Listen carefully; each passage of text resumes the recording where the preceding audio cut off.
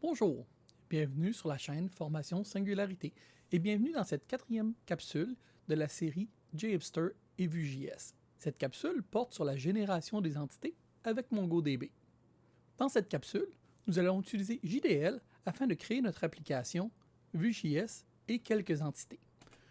JDL nous permet de définir dans un format textuel la structure de données qui va être représentée dans notre application. Ça permet aussi d'inclure les informations sur la pagination des différentes entités, mais aussi le contenu, les champs qui sont requis, les types de données. Et tout ça va nous permettre de générer à l'aide de JHipster, remplir le menu Entities, qui à l'origine était vide, mais aussi de créer des sections de liste qui permettent d'éditer ou d'ajouter les données et même de créer un formulaire complet, incluant des images, toute la mécanique, donc d'avoir une application qui est quand même un très bon niveau de fonctionnement. Après ça, ce qui va nous rester, c'est à adapter un peu en fonction de nos besoins, mais on a une bonne base qui nous permet d'avoir l'ensemble des entités générées dynamiquement. Donc, pour commencer, ce qu'on va faire, on a pris un exemple de GitHub sur l'espace. L'exemple de base que j'ai pris est un peu plus complexe car il contient aussi les configurations d'application. Je me suis concentré à garder la section des entités seulement. J'ai amené la section en question dans JDL Studio qui nous permet, par exemple, d'ajouter des champs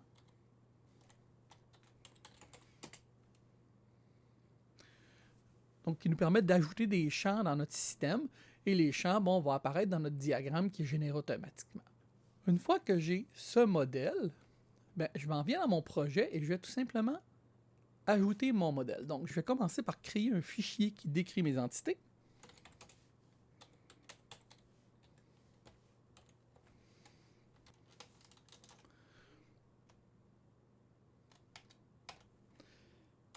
Une fois le fichier écrit, je vais pouvoir rouler la commande qui me permet d'importer cette définition-là à l'intérieur de mon projet. Donc, j'ai changé de répertoire dans mon projet que j'ai fait dans les capsules précédentes. Je vais tout simplement importer le modèle de données.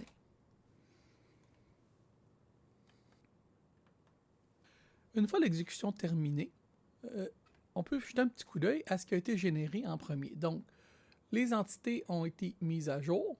Donc, le système a démarré, créé les entités et on peut remarquer qu'on a créé plein de tests. On a créé des objets Java de repository.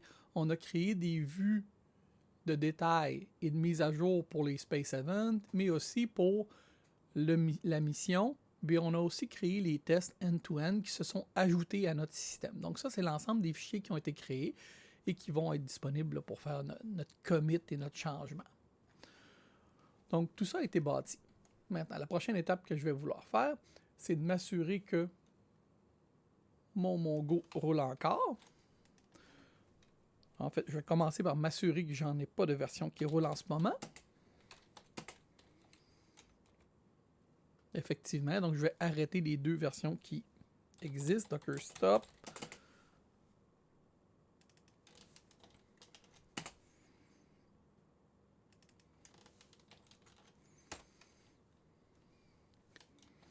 Et je vais rouler ma commande pour lancer MongoDB. Ma commande pour lancer MonkeyCloak. Et je vais par la suite employer le Maven Wrapper pour compiler. Je vais par la suite employer le Maven Wrapper pour compiler mon projet et le lancer.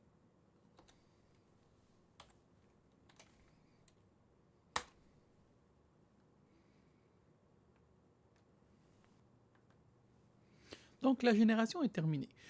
Bien sûr, dans le cadre de ce projet-là, je me concentre sur la génération d'entités relativement simples, donc énumération et entités de base. Dans une autre capsule, je vais aller avec les fonctions plus avancées. Certaines fonctions ne sont pas disponibles en Mongo. Par exemple, les filtres sont disponibles uniquement en SQL. Donc, à partir de ce moment-là, je vais faire une autre capsule plus avancée pour les filtres. Si vous voulez aller plus loin dans le langage JHipster, il y a une page sur JHipster sur les options qui sont disponibles dans le langage JDL, qui est le langage de JHipster. Éventuellement, je vais faire une capsule aussi sur la création des applications sans répondre au formulaire. mais ça sera en dehors de l'application Mongo et Vue.js, donc dans une autre série de capsules. Maintenant, allons voir notre application, le changement qui s'est effectué. Donc, ce que je vais faire, je vais venir connecter mon usager, admin et admin. Et maintenant, ce qu'on va remarquer, c'est que notre mission et notre Space Event ont été ajoutés directement dans l'applicatif. Je vais ouvrir un peu plus large. Donc, les événements, c'est des lancements ou des atterrissages, et la mission, c'est la mission. Donc, présentement, il n'y a pas de mission. Par défaut, il n'y a pas de données créées aléatoires. Donc, je vais créer une mission.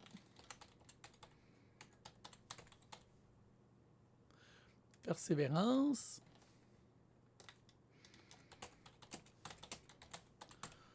Avec rover qui est déployé et rendu sur Mars. Donc, j'ai maintenant ma première mission avec la liste. Je suis capable de voir les données. Je suis en formulaire simple. Je suis capable de modifier ces données-là. Et je suis capable aussi d'aller créer un événement. Donc, je crée un nouvel événement. Donc, rover sur Mars. Ça, c'est arrivé le 18 février. Rover a été largué.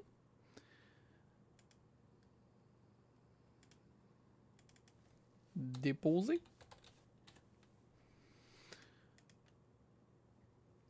Et je vais choisir une image parce que l'image a été mise requise, obligatoire. Le type vient de notre énumération. Donc un type atterrissage avec un bug dans mon Firefox. Et la mission, bien, on va choisir persévérance dans notre choix déroulant. Le bug à ce niveau-là est au niveau de Firefox et non pas de l'applicatif. Donc parfait, je vais sauvegarder mes données, ce qui me fait que je suis capable de voir mes données avec son identifiant unique créé dans Mongo. Rover sur Mars avec l'image, et ainsi de suite. Donc ça nous a permis de générer l'ensemble de nos entités. Les tests ont été rehaussés en conséquence dans le système. Et on va voir après en faisant l'évaluation du code. Donc la prochaine capsule va être la revue du code qui est généré, à la fois du côté Vue et à la fois du côté Spring Boot.